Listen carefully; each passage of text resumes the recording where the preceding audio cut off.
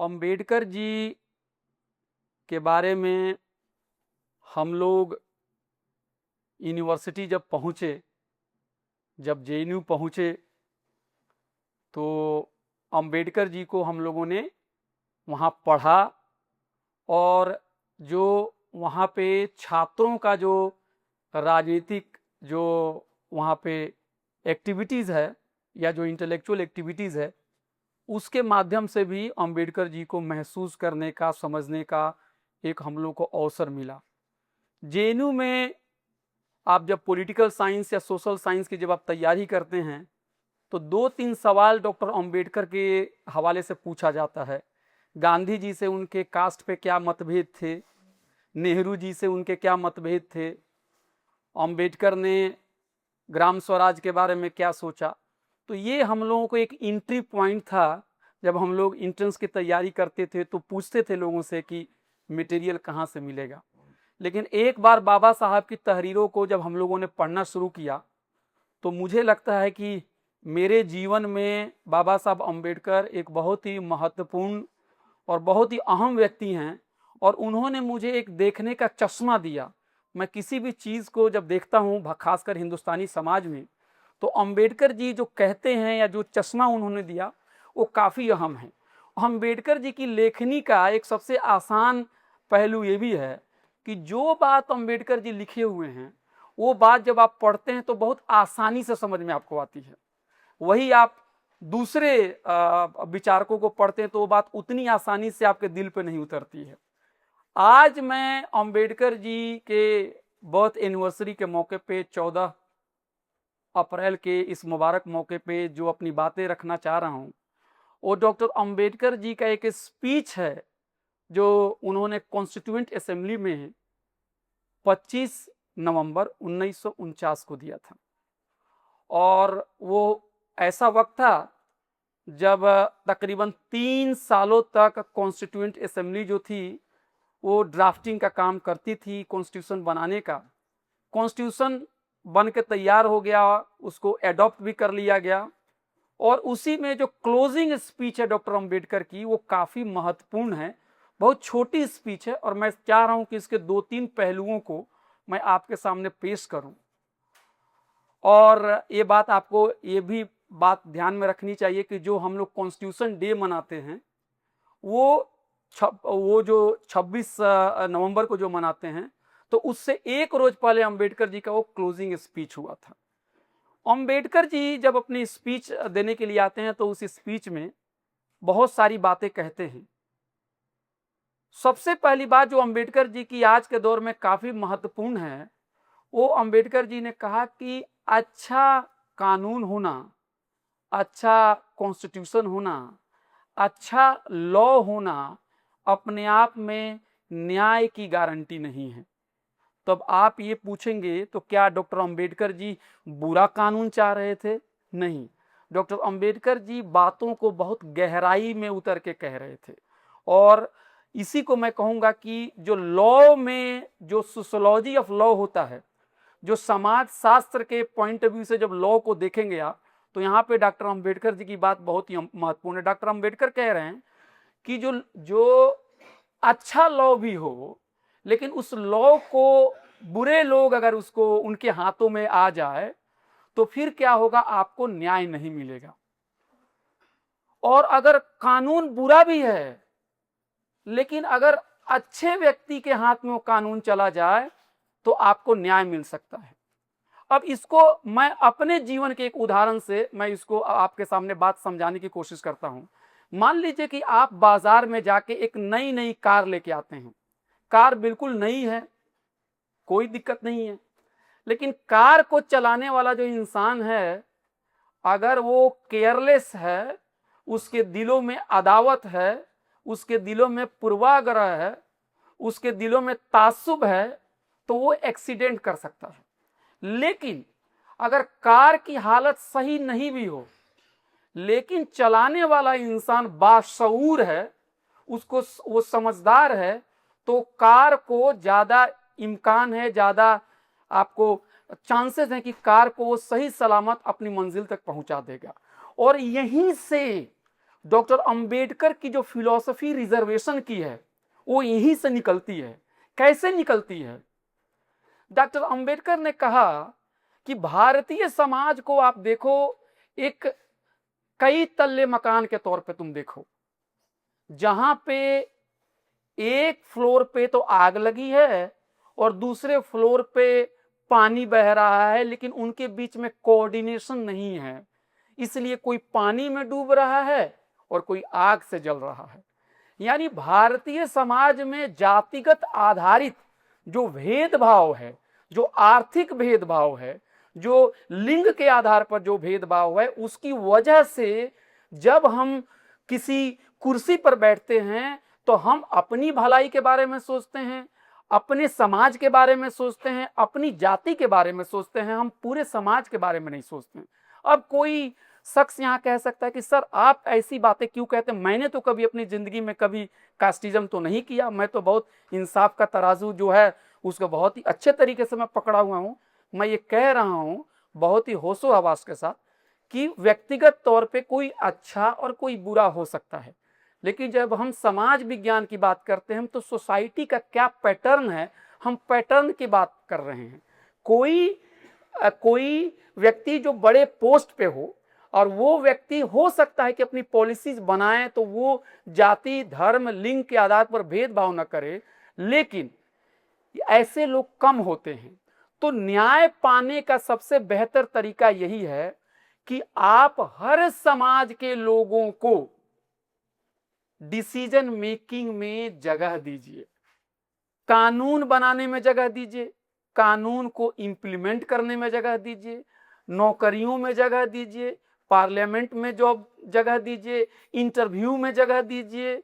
आप हर जगह, पंचायत से लेकर पार्लियामेंट तक, पुलिस से लेकर आर्मी तक, हर जगह जब वंचित समाज का व्यक्ति जब बैठेगा तो अगर उस समाज के हितों का पालन नहीं होगा तो वो व्यक्ति जो है आवाज उठाएगा, और उस सूरत में क्या होता है कि न्याय ज्यादा होता है।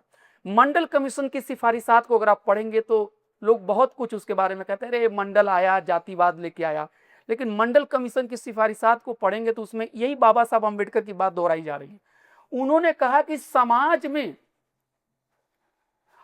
इतनी जातियां हैं, इतने समुदाय हैं, उनके अपने अनुभव हैं, उनके अपने दर्द हैं, उनके अपने मसाइल हैं। अगर उन लोगों को अगर आपने पॉलिसीज मेकिंग में नहीं लाया, उन लोगों को अगर आपने हाकिम नहीं बनाया, तो उस समाज के बारे में कोई दूसरा व्यक्ति नहीं सोच सकता है। एक महात्मा सोच सकते हैं, लेकिन ज्यादातर लोग नहीं सोच सकता है। यही बात डॉक्टर अंबेडकर कह रहे हैं, अच्छा कानून हो जाए, लेकिन वंचित समाज का व्यक्ति अगर उस कुर्सी पर नहीं बैठा हुआ है तो न्याय नहीं मिलेगा। लेकिन बुरा कानून भी हो, लेकिन इंसान जो है अगर वो समझदार है, न्याय प्रिय है, तो इंसान जो है वो बुरे कानून से कुछ ना कुछ अच्छा निकाल सकता है। यहीं से एफर्मेटिव एक्शंस की पूरी पॉलिसी, यहीं से रिजर्वेशंस की पूरी पॉलिसी यहीं से निकलती है। लेकिन रिजर्वेशंस के डिबेट को गलत तरीके से लिया जाता है और कहा जाता है कि अरे इसमें तो रिजर्वेशंस में तो कुछ जाति के लोग आगे आ गए हैं, रिजर्वेशंस के अंदर में मेरिट मारा जाता है। आप सोचिए, जो समाज हजारों सालों से जिनको मौका नहीं मिला है, बाबा साहब अम्बेडकर का जो पहला जो उन्होंने बात कही है कि अच्छा कानून सिर्फ अपने आप में मुकम्मल नहीं है, हमको वंचित समाज के लोगों को भी साथ लाना होगा। और मैं जो वंचित समाज से जो लोग नहीं ताल्लुक रखते हैं उनसे मेरा अनुरोध है कि मेरी बात सुन के आपको घबराने की कोई जरूरत नहीं है। आप डेटा उठाइए और देखिए कि आपके समाज के लोग क्या आपकी आबादी से कम संस्थाओं में बैठे हुए हैं? नहीं, आपकी आबादी से ज्यादा बैठे हुए हैं। और गरीबी उन्मूलन के बहुत सारे प्रोग्राम्स हैं और सरकार गरीबी उन्मूलन के लिए बहुत सजग नहीं है। उस क्षेत्र में जो भी अगड़े समाज के लोग हैं, उनके दुख दर्द हैं, उनके साथ हम लोग हैं। लेकिन इसका ये मतलब नहीं कि जो वंचित समाज के लोग हैं उनको आगे नहीं मौका दिया जाए। तो डॉक्टर अंबेडकर की ये बात बहुत मुझे अच्छी लगी और उन्होंने इसी बात को लोकतंत्र से भी उन्होंने जोड़ा है। डॉक्टर अंबेडकर को भी आजकल बहुत तरीके से मिस इंटरप्रेट किया जाता है। कोई कहता है कि डॉक्टर अंबेडकर तो बाजारवाद के समर्थक थे, कोई कहता है डॉक्टर अंबेडकर जो थे वो समाजवाद के विरोधी थे, नहीं। डॉक्टर अंबेडकर बार बार इस बात को कहते थे कि राजनीतिक अधिकार मिल जाने से ही लोकतंत्र कामयाब नहीं हो सकता है, हमें सामाजिक और आर्थिक अधिकार भी देना होगा। अब एक मिसाल के तौर पे एक बात आप देखिए, मान लीजिए कि आप प्रोफेसर हैं और आपके घर में कोई नौकर का काम करता है। जब चुनाव का दिन आता है तो एक प्रोफेसर या एक कलेक्टर या फिर एक अमीर व्यक्ति के वोट की कीमत एक ही होती है, लेकिन जो नौकर है, जो गरीब आदमी है, जो वंचित समाज से आता है, उसकी वोट की भी कीमत एक ही है। लेकिन जब वो अस्पताल में जाता है तो उसे इलाज नहीं मिल पाता है, जब वो रेल में जाता है तो उसको सुविधाएं नहीं मिल पाती हैं, उसको खाना नहीं मिल पाता है, उसको सुविधाएं नहीं मिल पाती हैं। तो डॉक्टर अंबेडकर ने बार बार कहा है कि देखिए, राजनीतिक अधिकार अपने आप में काफी नहीं है, क्योंकि जब तक सामाजिक अधिकार नहीं मिलेंगे, जब तक आपको आर्थिक अधिकार नहीं मिलेंगे, तब तक ये अधिकार अपने आप में बहुत दूर तक कहानी लेके नहीं जाएगी। डॉक्टर अंबेडकर की बातों को एक दो लाइन में पढ़ देना चाहता हूं। उन्होंने कहा, डॉक्टर अंबेडकर ने कहा कि on the 26th of January 1950 we are going to enter into a life of contradictions. In politics we have equality, and in social and economic life we have inequality. In politics we will be recognizing the principle of one man, one vote, and one value. In our social and economic life we shall, by reason of our social and economic structure, continue to deny the principle of one man, one value. How long shall we continue to live this life of contradictions? How long shall we continue to deny equality in our social and economic life? If we continue to deny it for long, we will do so only by putting our political democracy in peril. We must remove this contradiction at the earliest possible moment, or else those who suffer from inequality will blow up the structure of political democracy which this assembly has so laboriously built up. कह रहे हैं doctor Ambedkar साहब कि अगर आपने गरीबों के आंसू नहीं पोंछे, अगर आपने लोगों को सामाजिक अधिकार नहीं दिया, अगर आपने लोगों को मजदूरी नहीं दी, अगर उनको मकान घर नहीं दिया, उनको बराबरी नहीं दी, उनको धार्मिक स्वतंत्रताएं नहीं दी, जात पात को खत्म नहीं किया, तो जिस ढांचे को बनाने के लिए हम लोगों ने इतनी कुर्बानियां दी हैं, जिस ढांचे को बनाने के लिए हम लोगों ने फ्रीडम स्ट्रगल की लड़ाई लड़ी, जिसके लिए 3 साल तक हम कॉन्स्टिट्यूशन बना रहे हैं, जो गरीब लोग होंगे, जो वंचित लोग होंगे, वही लोग इस सिस्टम को उखाड़ फेंकेंगे। ये बाबा साहब अंबेडकर ने 1949 में कहा। और आज 70 से 80 दहाई गुजरने के बाद भी जो इक्वालिटी की जो लड़ाई है, वो कहीं ना कहीं हम लोगों की जो जिस अंदाज में हमारे पॉलिटिशियंस को, हमारे गवर्नमेंट को इक्वालिटी के लिए लड़ना चाहिए था, वो उसको भूल चुके हैं। बस 2 मिनट और लूंगा। अगर आप कोई भी सरकारी डेटा को अगर आप देखें, वर्ल्ड बैंक के डेटा को देखें, इंटरनेशनल ऑर्गेनाइजेशंस के डेटा को देखें, तो सोचिए, भारत जो दुनिया की 5वीं सबसे बड़ी इकोनॉमी है, जब ह्यूमन इंडेक्स की बात जब आती है तो 190 देश की लिस्ट में वो क्यों 130 देश पे आता है? वो 5वें स्थान पे क्यों नहीं आता है? वो 10वें स्थान पे क्यों नहीं आता है?